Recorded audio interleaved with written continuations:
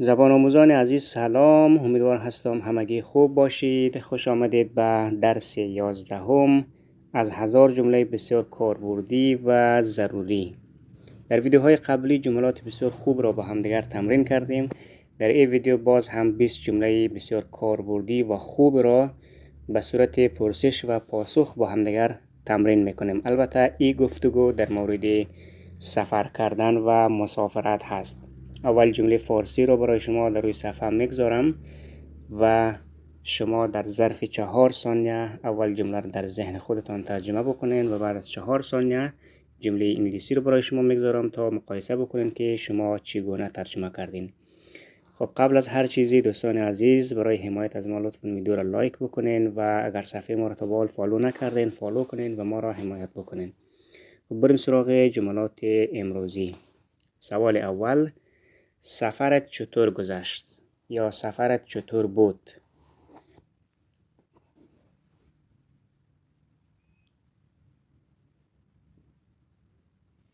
How was your trip? How was your trip? سفرت چگونه بود؟ trip به معنی سفر یا مسافرت. How was your trip? جوابش خیلی طولانی و خسته کننده بود.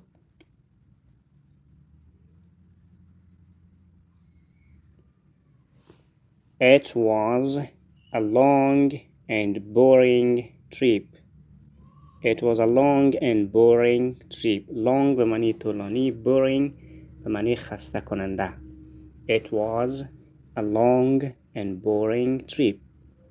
سوال دوم: پروازت چند ساعت بود یا چند ساعت طول کشید؟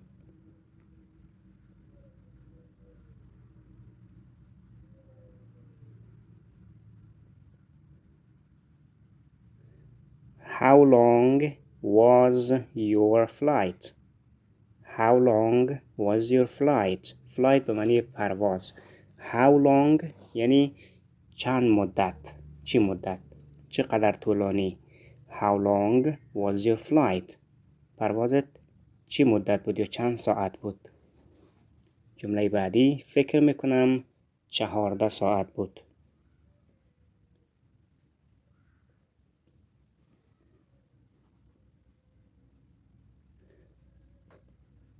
I think it was 14 hours. I think it was 14 hours. در اینجا حرف H silent است، نمیگیم hours، میگیم hours.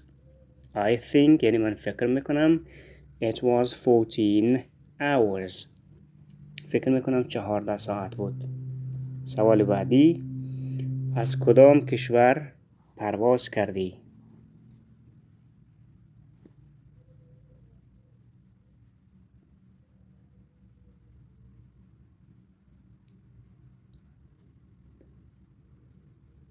From which country did you fly? From which country did you fly? Fly به معنی پرواز کردن. From which country یعنی از کدام کشور. Country یعنی کشور. Did you fly یعنی پرواز کردی. From which country did you fly? از کدام کشور پرواز کردی؟ جمله بعدی: پروازم از افغانستان به استرالیا بود.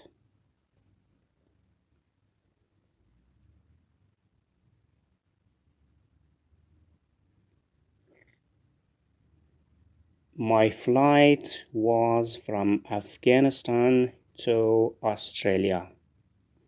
My flight was from Afghanistan to Australia.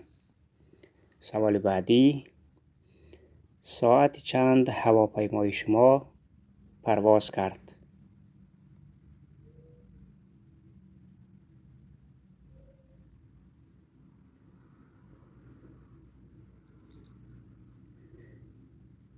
What time did your plane take off? What time did your plane take off? Take off به معنی بلند شدن هواپیما از زمین هست یا پرواز کردن هست. phrasal verb هست که برای پرواز کردن هواپیما استفاده میشه. plane به معنی هواپیما.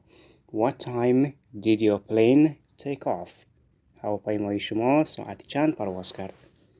جمله بعدی، هواپیمای ما ساعت 2:25 پرواز کرد.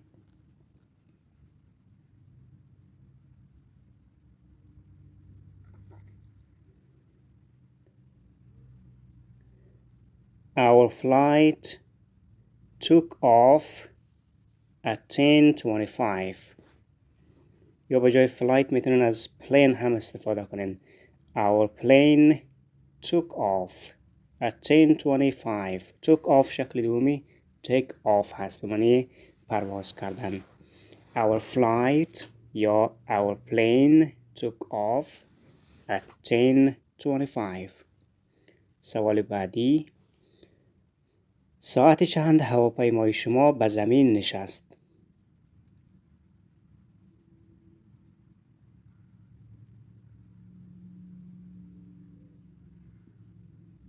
What time did your flight land?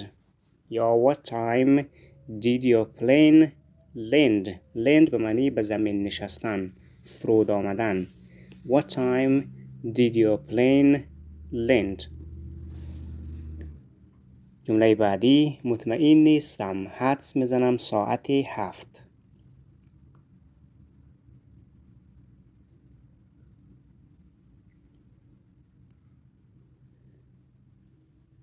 I'm not sure. I guess at 7. I'm not sure یعنی مطمئن نیستم. sure مطمئن بودن. guess به معنی حدس زدن. I'm not sure مطمئن نیستم. I guess at 7. حدس میزنم ساعت 7. سوال بعدی، در کدام فرودگاه نشست کردید یا در کدام میدان هوایی نشست کردین؟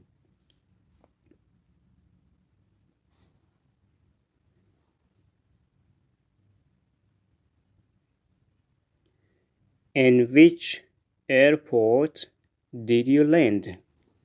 In which airport did you land? airport به معنی میدان هوایی یا فرودگاه. land بیشتر هم گفتم به معنی نشست کردن یا فرود آمدن. In which airport did you land? در کدام فرودگاه نشست کردین؟ جمله بعدی، ما در فرودگاه سیدنی نشست کردیم.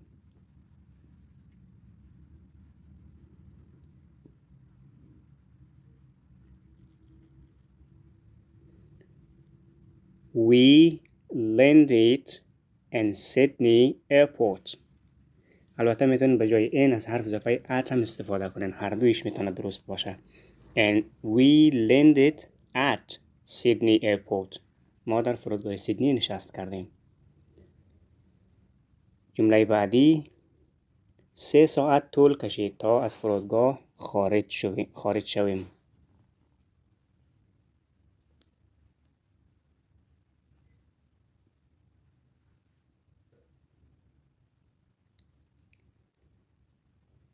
It took us 3 hours to get out of the airport. It took us 3 hours یعنی 3 ساعت طول کشید. 3 ساعت وقت ما را گرفت. It took us 3 hours 3 ساعت وقت ما را گرفت to get out of the airport که از فرودگاه خارج شویم. get out به معنی خارج شدن. سوال بعدی، چرا اینقدر طولانی؟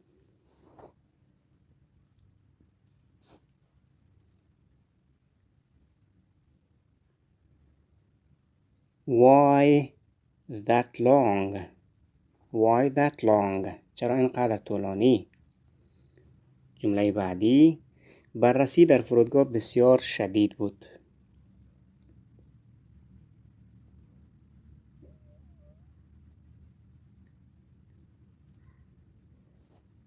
Screening یا checking at the airport was very intense. هم میتونن از کلمه screening استفاده کنین و هم از کلمه checking برای بررسی کردن. و همچنان میتونید از کلمه intense به معنی شدید استفاده کنید و هم از کلمه heavy. Screening or checking at the airport was very intense or heavy.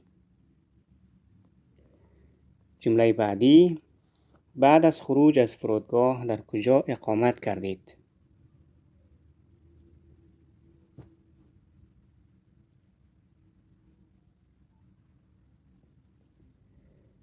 Where did you stay after getting out of the airport?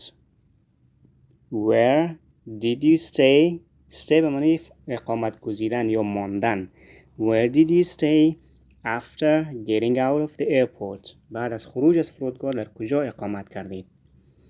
جمله بعدی: ما یک اتاق در هتل رزرو کردیم.